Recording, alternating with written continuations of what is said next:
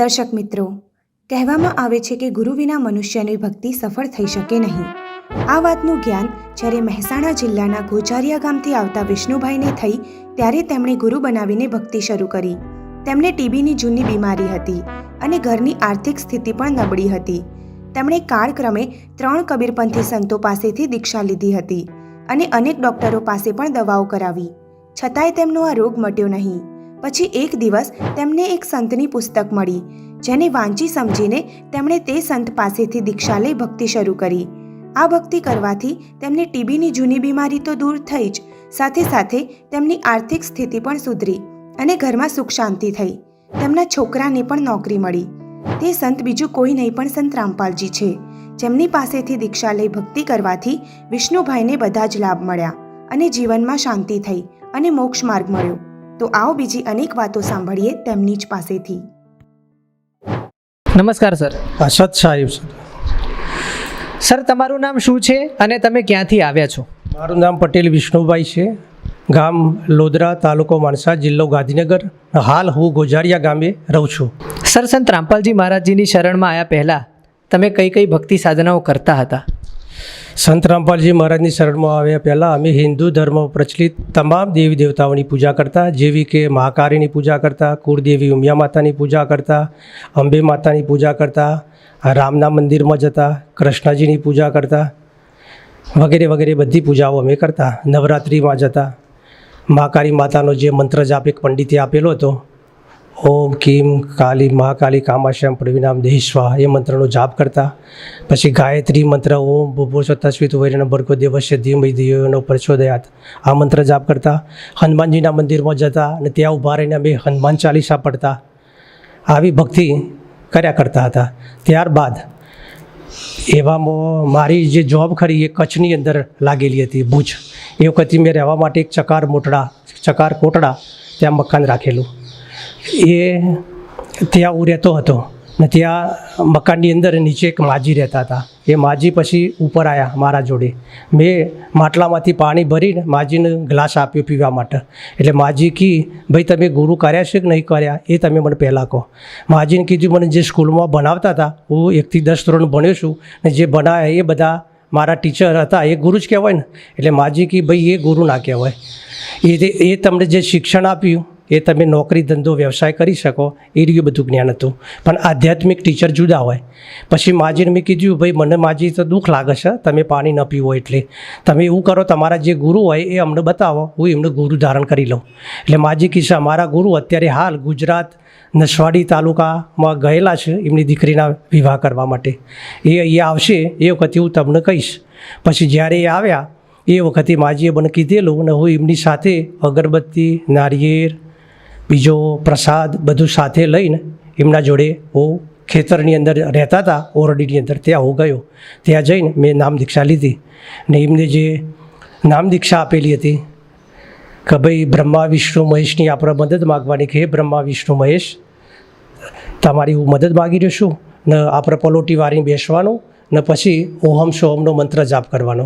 એમાં ઓહમ શરૂઆતમાં બોલવાનો, પછી એ મંત્ર છોડી દેવાનો ને રાત્રે 2-2.5 કલાક સુધી આ અભ્યાસ કરવાનો, સોહમ સોહમ સોહમ. આ રીતનો અમે અભ્યાસ કરતા હતા.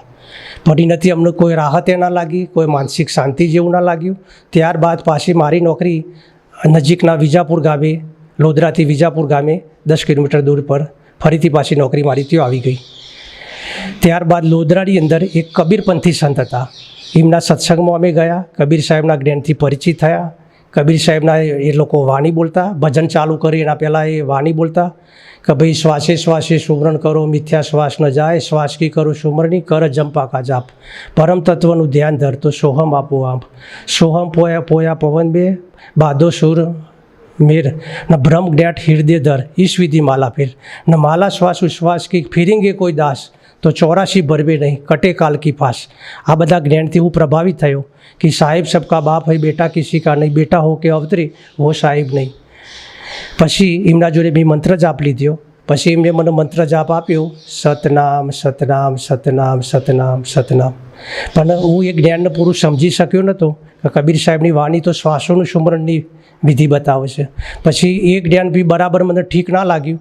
પછી એક નજીકના લાડોલ ગામ 15 કિલોમીટર દૂર અમારા ગામથી. ત્યાં એક સંત બેઠેલા હતા, 11 વર્ષની ઉંમરથી એ બેઠેલા હતા. અને એવામાં અમને ખબર પડી કે કબીર સાહેબના 12 પંથ ચાલી રહેશે. અને એ 12 પંથોની અંદર જ્યારે જ્ઞાનની મૂંઝવણ પડે, સમસ્યા ઊભી થાય, કોઈ જ્ઞાન ના સમજાય, ત્યારે એ 12 પંથવાળા એ મહારાજને લેવા માટે ગાડી લઈને આવતા. એટલે પછી હું એમનાથી પ્રભાવિત થઈને એમના જોડે પહોંચી ગયો. પછી એમના જોડે હું 6 મહિના સુધી રોજ જતો આવતો, આશ્રમની સફાઈનું કામકાજ કરતો, એમના માટે હું સબ્જી કાઢતો, ખેતરમાંથી પૂરા લઈ આવતો ગાય માટે, આ બધું હું કામ કરતો. અને 6 મહિના મેં કામ કર્યું. પછી એ મારા ઉપર પ્રસન્ન થયા કે બેટા આજે તું જતો નહીં ઘરે, હું તને નામ દીક્ષા આપીશ. અને હું ખુશ થઈ ગયો. પછી એમને મને નામ દીક્ષા આપી. ઓર પંથ દોર પંથ, આ પંથ માથે મારો, આ છોડ માટે હું અમર રહીશ, ના ડોલો દિન કે રાત સતનામ સાહેબ. પછી મેં ગુરુ મહારાજને કીધું, ગુરુ મહારાજ ઘરે 2 બાળકો છે, એમની મમ્મીને નામ દીક્ષા આપવા માટે લાવવા પડશે. એટલે ગુરુ મહારાજ ના કે બેટા હવે તું જઈને, હું તને આદેશ કરું છું, તું ઘરે જઈને એમને આ મંત્ર જાપ આપી દેજે. એટલે ઘરે આવીને પછી મેં એમને મંત્ર જાપ આપ્યો, કારણ કે યાદ રહેવો નહોતો, એટલે છોકરાઓએ લખી લીધો ને પછી ગોખીને તૈયાર કરી દીધો. પછી એવામાં પછી એનાથી પછી કોઈ સંતોષ થયો નહીં. પૂરું જ્ઞાન જેવું મને લાગ્યું નહીં કે ભાઈ પરમાત્મા કોણ છે, પરમાત્મા એક છે. તો એની પૂરી જાણકારી ન થવાથી હૃદયમાં સંતોષની કોઈ ભાવના એવી પેદા થઈ નહીં. ત્યારબાદ ગોઝારિયાની અંદર એક અભિલાષદાસ સાહેબના શિષ્ય હતા, જીવનદાસ સાહેબ કરીને, એમના જોડે હું ગયો. એ કબીર સાહેબો સત્સંગ કરતા ને બધા સત્સંગો ગામે ગામ કરતા. પછી એમના જોડે ગયો, એમનો મેં સત્સંગ સાંભળ્યો. ને એ ખાસ સિગરેટ પીતા, એમના માટે હું સિગરેટ બી લઈ જતો પીવા માટે. ને કબીર સાહેબના જ્ઞાનમાં આવતું કે ભાઈ અમલ આદમી કદી ન પાવે પાર. જે બીડી સિગરેટ તમાકુ ભાંગ સોતરા જે પીવે છે એની ભક્તિ ક્યારેય બને નહીં. પણ મારી બુદ્ધિ એટલી પહોંચતી નથી કે ભાઈ જેને મેં ગુરુ ધારણ કર્યા છે એ ગુરુ મહારાજ જ સિગરેટ પીવું છે. પણ આવું મારામાં એવું કંઈ. સર, તમે જેમ કીધું કે તમે પહેલાં ઘણા બધા દેવી દેવતાઓની ભક્તિ કરતા હતા, તમે 3 કબીરપંથી ગુરુ પાસે નામ દીક્ષા પણ લીધી અને ઘણા બધા અલગ અલગ પ્રકારના મંત્ર જાપ પણ કર્યા. તો શું સર તમને તે તમામ ભક્તિઓ કરવાથી કોઈ પ્રકારનો લાભ પણ પ્રાપ્ત થયો? કોઈ લાભ અમને મળ્યો નહીં. શારીરિક લાભ બી ના મળ્યો, માનસિક શારીરિક લાભમાં એવું હતું કે મને છાતીની અંદર ટીબીની ચોદીઓ પડી ગયેલી હતી ફેફસા ઉપર. એવામાં જે પરમાર હોસ્પિટલ માણસાથી મારી બી દવા ચાલતી હતી, ત્યાંથી બી દવાઓ ખાધી. ત્યારબાદ પછી વિસનગર ડૉક્ટર પ્રદીપજી સાંડ્રીસરા છે, એમની દવાઓ મેં ખાધી. ત્યારબાદ સરકારી હોસ્પિટલ જે હતા, માણસા ટીબી હોસ્પિટલ છે, સાદરા મોતીપુરામાં જે હોસ્પિટલ હતું, એ બી દવાઓ બી ખાતો હતો. ને આ લોકોની શરણમાં રહીને હું ભક્તિ બી કરતો હતો. આટલી બધી ભક્તિ કરવા છતાંય મારો રોગ મટતો નહોતો. તો સર પછી તમે સંત રામપાલજી મહારાજજીની શરણમાં કઈ રીતે આવ્યા? હવે એવું બન્યું, સંત રામપાલજી સત્સંગની શરણમાં આવવાનું કારણ કે એક વખત એવું માણસા બિયારણની દુકાન ગંગોત્રી સીડ્સમાં બેઠેલો હતો. ને ત્યાં એક કબીરપંથી સંત રામપાલજી મારા શિષ્ય હતા. ને પેલા એક સ્વામિનારાયણવાળા ભાઈ હતા, બાબુભાઈ કરીને પલિયડના, એમને રાય આ જ્ઞાન આપી રહ્યા હતા કે ભાઈ સાચું જ્ઞાન સંત રામપાલજી મહારાજ આર્યો બતાવી રહ્યા. એ જ્ઞાન હું સાઈડમાં બેઠા બેઠા સાંભળતો હતો. મારા મનમાં તો હું પણ કબીરપંથી છું, ના ભક્તિનો માર્ગ તો આ જે ભાઈ ભગતજી બતાવી રહ્યા છે એ તો કંઈક જુદો જ છે, બરાબર છે. પછી એમની ચર્ચા પૂરી થઈ.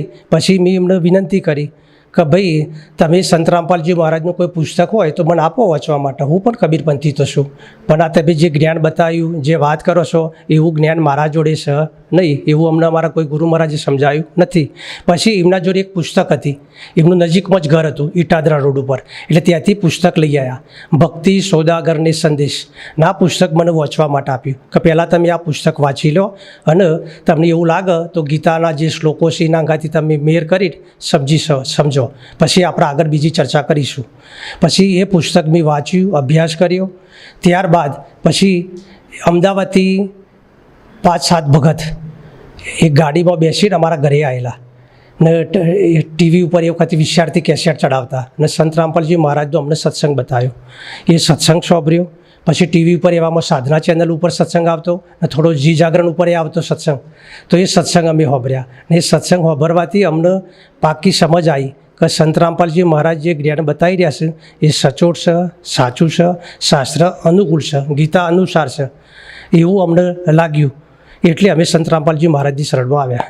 સર, જે પણ શ્રદ્ધાળુઓ સંત રામપાલજી મહારાજજી પાસેથી નામ દીક્ષા લઈ લે છે તેમને જે પણ જીવનમાં આવતી સમસ્યાઓ હોય છે તે તમામ પ્રકારની સમસ્યાઓથી તેમને નિરાકરણ પ્રાપ્ત થઈ જાય છે. તો શું સર તમને સંત રામપાલજી મહારાજજી નામ દીક્ષા લીધા પછી તમારી પાસે પણ કોઈ પણ આવા ચમત્કાર થયા? શું તમને પણ કોઈ લાભ પ્રાપ્ત થયા? જે અમને ઘણા બધા લાભ મળ્યા.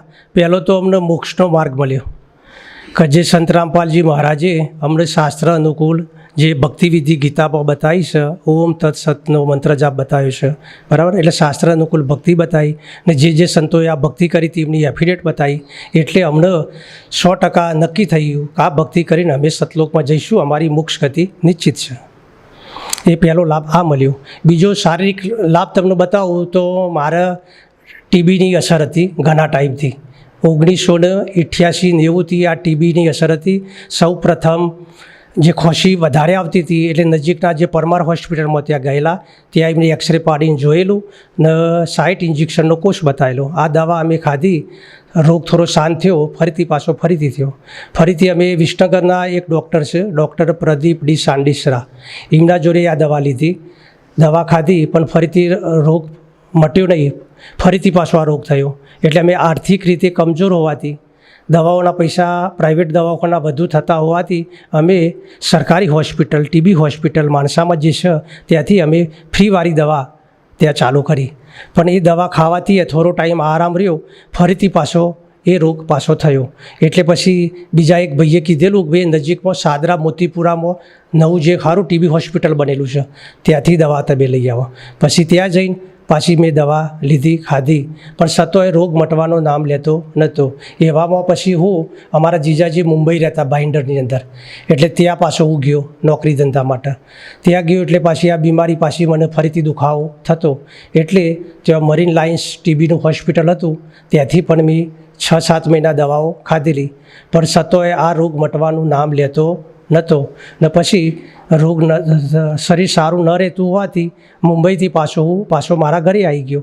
ઘરે આવીને પાછી બિયારણની કંપનીમાં 2500 રૂપિયા પગારમાં જોબ પાછો ચાલુ કર્યો. શારીરિક લાભમાં તો એવું હતું કે મને જે ટીબી ઘણા ટાઈમથી હતો, મટતો નહોતો, એ ગુરુ મહારાજની શરણમાં આવવાથી બિલકુલ મટી ગયો. શ્વાસ લેવામાં કોઈ તકલીફ નહીં, જે દુખાવો રહેતો હતો એ પણ હાલ રહેતો નથી. એટલે મોટો લાભ એ થયો. બીજું આર્થિક રીતે જે તકલીફ હતી, પૈસાની ખેંચાતાની, ઘરની અંદર કંકાસ થતો હતો, કારણ કે પ્રાઇવેટ જોબ કરવાથી જે પૈસા આવતા એનાથી ઘરનું ગુજરાન ચાલતું નહોતું. અમારા જે ઘરેથી હતા એ સીવણનું થોડું કામ કરી લેતા, એમ કરીને અમારું ગુજરાન અમે ચલાવતા હતા. ને અત્યારે ગુરુ મહારાજની શરણમાં આવવાથી અમે વેલ સેટ થઈ ગયા. જે અમારી જે જમીન રબારીઓ જોડે પચાવી પાડી હતી એ પણ અમે વેચવામાં, જમીન અમારી વેચાઈ ગઈ, સફળતા મળી. હાલ અમારું લોધરા ગામે પોતાનું મકાન છે, ગોઝારિયા ગામમાં મકાન છે, દુકાન છે. ને હાલ અમે એક નવી દુકાન અમદાવાદ 60 લાખની અંદર રાખેલી છે. ને પરમાત્માની કૃપાથી 2 બાળકો હતા, એ ભણી ગણી તૈયાર થઈ ગયા. એક મિકેનિક એન્જિનિયર બની ગયો, એ લિમિટેડ કંપનીની અંદર જોબ કરે છે. બીજો બાળક છે એ હાલ સીએની ઓફિસમાં પ્રેક્ટિસ કરી રહ્યો છે અને સરકારી જોબ મેળવવા માટે એ તૈયારીઓ કરી રહ્યો છે, પરીક્ષા આપવા માટે. એટલે હાલ બધી રીતે અમે સુખી છીએ, શારીરિક, માનસિક, આર્થિક રીતે. અને સંત રામપાલજી મહારાજની બતાવેલી ભક્તિ અમે કરી રહ્યા છીએ.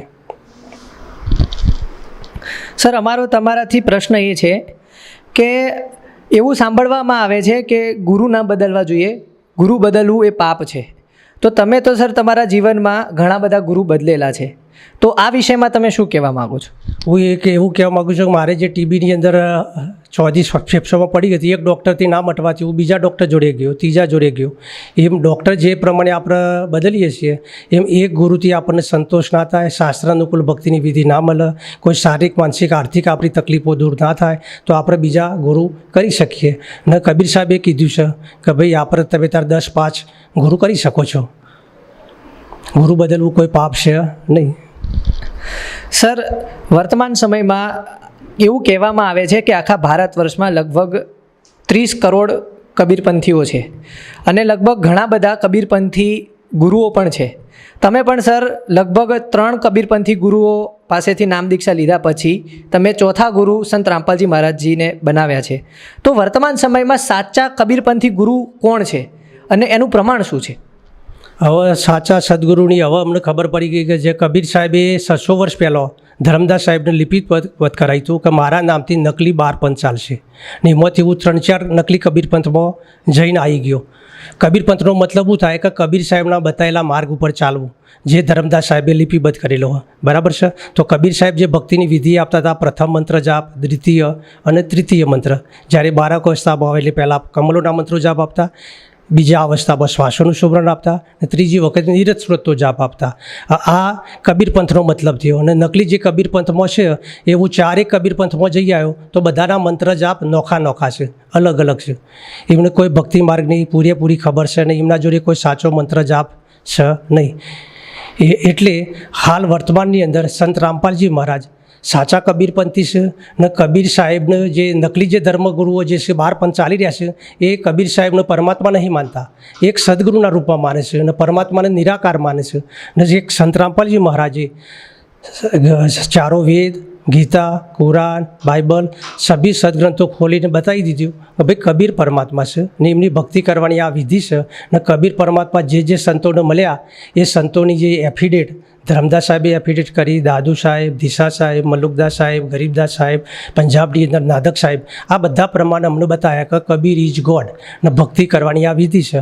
એટલે આખા વિશ્વની અંદર સંત રામપાલજી મહારાજ સિવાય કોઈએ આ જ્ઞાન સાચું બતાવ્યું નહીં. એટલે કબીર ઇઝ ગોડ, રામપાલ રૂપ રાહ કરતાર, એવું અમને દ્રઢ નિશ્ચય થઈ ગયો કે પૂરા વિશ્વની અંદર એક સંત રામપાલજી મહારાજ સાચા સંત હોઈ શકે છે કે જેમને કબીર સાહેબને પરમાત્મા બતાવ્યા, જે વેદો ગીતા અનુસાર જે છે. એટલે ગુરુ ગોવિંદ દોનો ખડે કિસકે લાગુ પાય, બલિહારી ગુરુદેવની જેને ગોવિંદ દિયો બતાય. એટલે સંત રામપાલજી મહારાજે ઢોલના ડંકા ઉપર સિદ્ધ કરીને બતાવી દીધું કે પૂર્ણ પરમાત્મા કબીર પરમાત્મા છે. ને બાકીની જે શક્તિઓ છે બ્રહ્મા, વિષ્ણુ, મહેશ, અક્ષર પુરુષ એ જન્મના ચક્રમાં છે, એ પૂર્ણ પરમાત્મા નથી. અવિનાશી પરમાત્મા કબીર પરમાત્મા છે ને અવિનાશી પરમાત્માની ભક્તિ કરવાથી જ આપણી મોક્ષ ગતિ થશે. આવું સાચું એમને બતાવ્યું. સર, જે પણ શ્રદ્ધાળુઓ અત્યારે તમારું ઇન્ટરવ્યૂ જોઈ રહ્યા છે, તમે તે તમામ શ્રદ્ધાળુઓને શું સંદેશ આપવા માગો છો? હવે જે સંદેશ તો અમારા ગુરુ મહારાજ અત્યારે ટીવી ઉપર સત્સંગ રૂપે આપી રહ્યા છે, પણ હવે બધા જગતના ભાઈ બહેનોને, કબીરપંથીઓને બધાને કહીએ છીએ કે ભાઈ સંત રામપાલજી મહારાજ જે સત્સંગ બતાવી રહ્યા છે એ તમે શાંતિથી જુઓ, સાંભળો. સંત રામપાલજી મહારાજ ગીતા, કુરાન, બાઇબલ, વેદો, જે મહાપુરુષો થઈ ગયા, નાનક સાહેબ, દાદુ સાહેબ, ગરીબદાસ સાહેબ, મહારાષ્ટ્રમાં નામદેવ સાહેબ, આ બધા પ્રમાણ બતાવે છે, ભક્તિનો માર્ગ બતાવી રહ્યા છે. એ તમે સમજો, પછી ગુરુ મહારાજની શરણમાં આવીને તમે નામ દીક્ષા લઈને આપણી આત્માનું કલ્યાણ કરાવો. સર, જે પણ શ્રદ્ધાળુઓને સંત રામપાલજી મહારાજજી પાસેથી નામ દીક્ષા લેવી હોય તો તેઓ કઈ રીતે લઈ શકે? હવે સંત રામપાલજી મહારાજે બહુ દયા કરી રાખી છે. વિભિન્ન ચેનલ ઉપર સત્સંગ આવી રહ્યો, સાધના ચેનલ ઉપર 7:30થી સત્સંગ રોજ આવી રહ્યો છે. સોશિયલ મીડિયાની સભી જગ્યાએ યુટ્યુબ ચેનલ ઉપર દરેક જગ્યાએ સત્સંગ ગુરુ મહારાજનો ચાલી રહ્યો છે. એમાં નીચે હેડલાઇન ચાલી રહી છે, તેમાં આશ્રમના મોબાઈલ નંબર આપેલા છે. એ મોબાઈલ નંબર પર આપ સંપર્ક કરો અને નજીકનું જે ધામદાન કેન્દ્ર પડતું હોય ત્યાંના તમને નંબર આપવામાં આવશે. ત્યાં કોન્ટેક કરીને ત્યાં જઈને તમે નામ દીક્ષા લઈને આત્માનું કલ્યાણ કરાવો. ધન્યવાદ સર. સત સાહેબ.